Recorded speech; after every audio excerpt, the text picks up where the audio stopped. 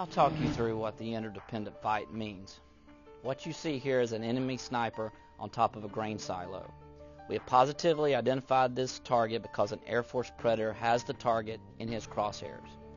The pilot is actually flying the Predator from CONUS. Imagery analysts, also in the United States, are using an Air Force data link.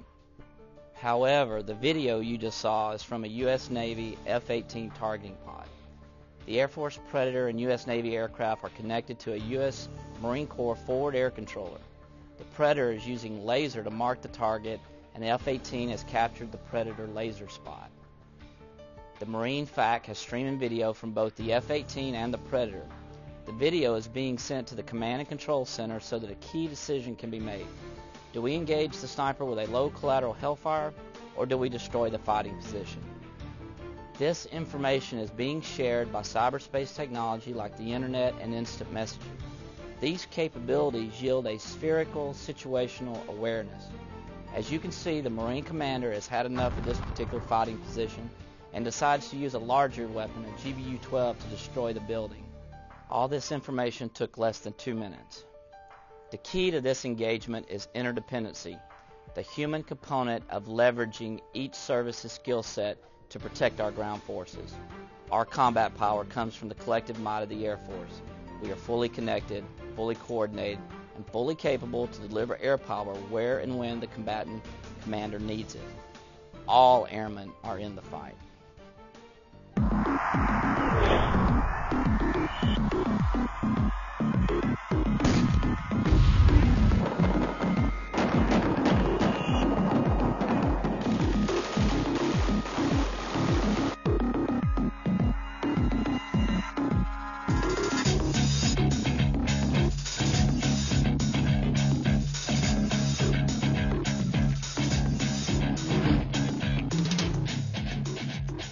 As a combat infantryman, I learned firsthand what combat air power can do. We were truly a joint team that had lived together, worked together, fought together, and the big thing is trained together.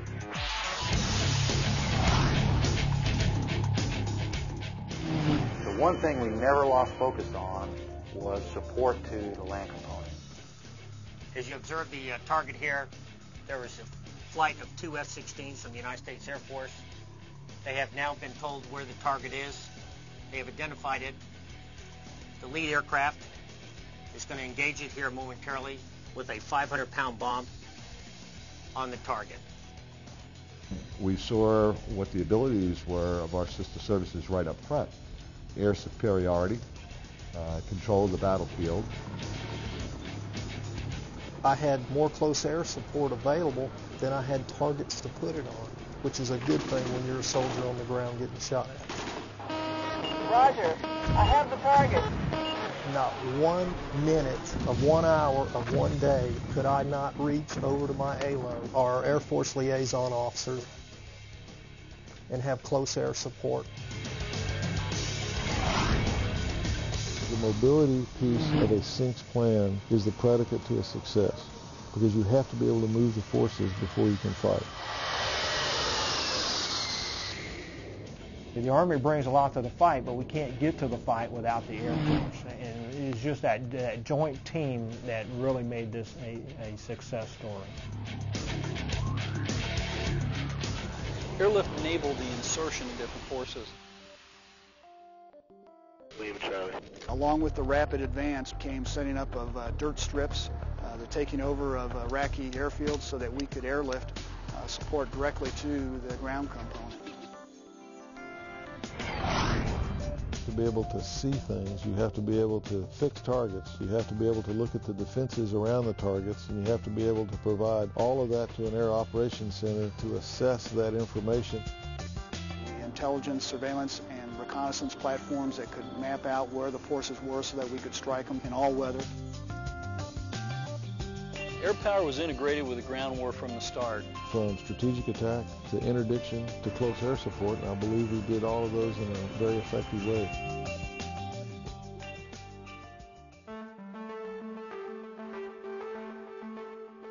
The more they understand about each other's service, equipment, leadership styles, more effective they will become within their own service or in joint operations. Here in Iraq, you're making jointness a reality. Not only do we have Air Force pilots providing close air support for the ground troops as they have in previous wars, but with nowhere near the coordination and precision that we see today. Leadership is not bound by a branch of service.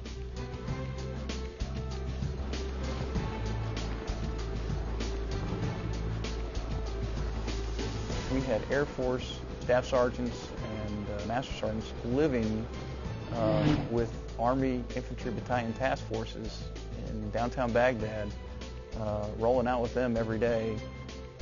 All of our capabilities must be brought to bear to ensure victory. The interdependent fight must become our habit of thought. You've done your nation proud. You have filled a very important gap in the security requirements here. You've captured a number of caches. You've captured a number of high-value targets. So on behalf of all my soldiers in the 2nd Brigade Combat Team, which you're part of, we want to thank you. Our enemy knows they cannot defeat us in battle. They do believe, however, that they can wear down our will as a nation. They are wrong. This will not be easy. This will not be quick. And this will not be without sacrifice. But we will persist and we will prevail. This uniform itself is representative of the interdependent fight. So when we mix with our U.S. Army counterparts, we dress the same, we eat the same, and they take care of us and we take care of them.